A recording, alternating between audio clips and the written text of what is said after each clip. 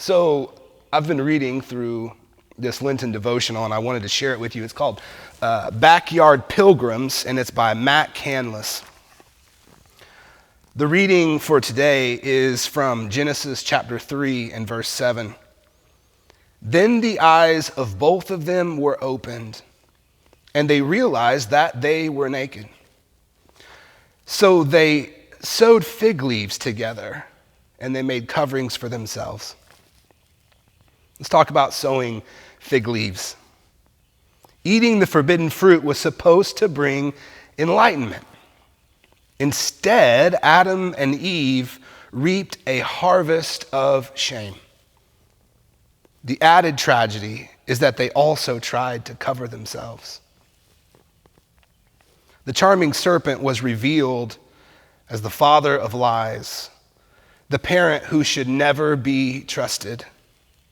The first fruit of this father's lies was that instead of becoming like God, Adam and Eve became less so.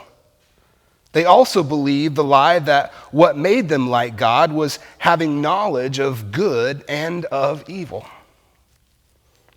But we were already like God.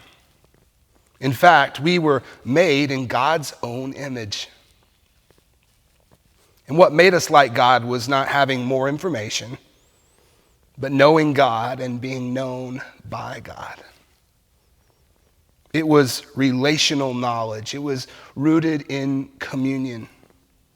Communion with God, creation, and other people. God's children, they should have come clean and asked for forgiveness.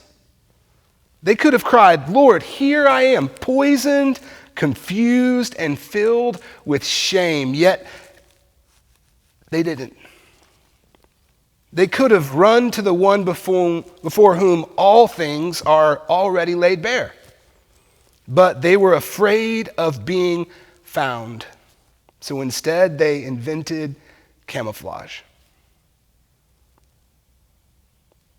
The thought for today is, here I am, Lord, covering myself.